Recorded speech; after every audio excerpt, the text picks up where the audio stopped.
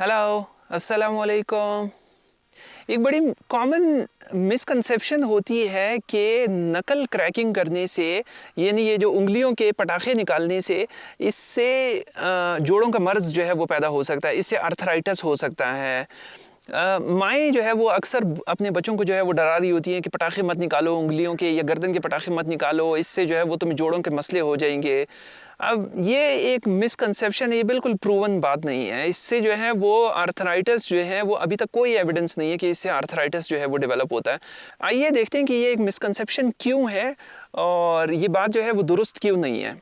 सबसे पहले तो मैं आपको ये एक्सप्लेन कर दूं कि ये जो नकल क्रैकिंग होती है, ये नहीं होता कि दो हड्डियां आपस में जो है वो टकरा रही होती हैं तो उनकी आवाज़ आती है, ये जो पटाखा निकलता है वो उसकी आवाज़ होती है, या कार्टिलेज जिसको हम जो है वो नरम हड्डी कहते हैं, वो नरम हड्डी आपस में जो है वो रगड़ खा रही होती है तो उसकी वजह से जो है वो ये आवाज़ निकलती है। ये ऐसा नहीं होता।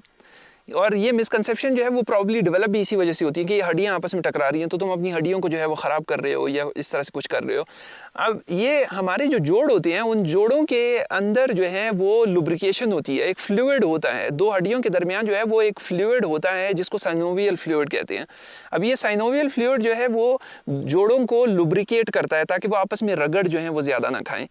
अब ये साइनोवियल फ्लूइड जो है वो जब आप अपनी उंगली को या किसी जोड़ को इस तरह से खींचते हैं तो ये साइनोवियल फ्लूइड जो है वो जब खींचता है तो उसके अंदर जो है कुछ गैसेस भी होती हैं।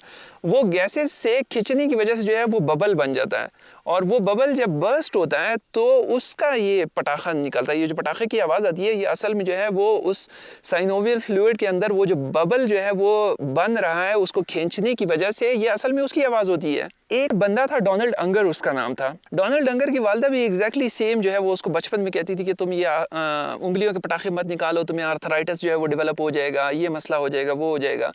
तो डोनाल्ड अंगर ने अपनी वालदा को डिस्प्रूव करने के लिए, उनकी इस बात को डिस्प्रूव करने के लिए उसने क्या किया कि उसने जो है वो अगले 50 साल तक जो है वो अपने लेफ़्ट वाले हैंड के पटाखे निकाले।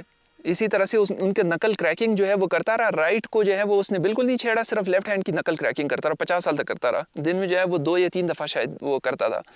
और 50 साल के एंड के ऊपर जो है वो उससे आर्थराइटिस ना राइट में डेवलप हुआ ना लेफ्ट हैंड में डेवलप हुआ। तो उसने अपनी अम्मी को डिस्प्रूव करने के लिए जो है वो 50 साल लगा दिए कि यार नकल क्रैकिंग से जो है वो कोई मसला नहीं होता।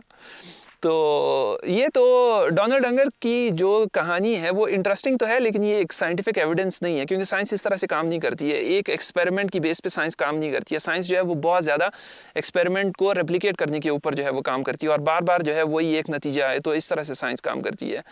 तो लेकिन एक जो मसला होता है, प्रॉबेबली होता है नकल क्रैकिंग से, वो लोग ये कहते हैं कि नकल क्रैकिंग से ओवर टाइम जो है वो जब आप बहुत ज़्यादा नकल क्रैकिंग कर रहे होते हैं तो आपकी ग्रिप जो है वो लूज़ हो जाती है। लेकिन ये चीज़ भी जो है वो कोई ख़ास प्रूवन नहीं है। ये था नकल क्रैकिंग के बारे में। Thank you for watching, see you, अल्लाह हाफ़िज़।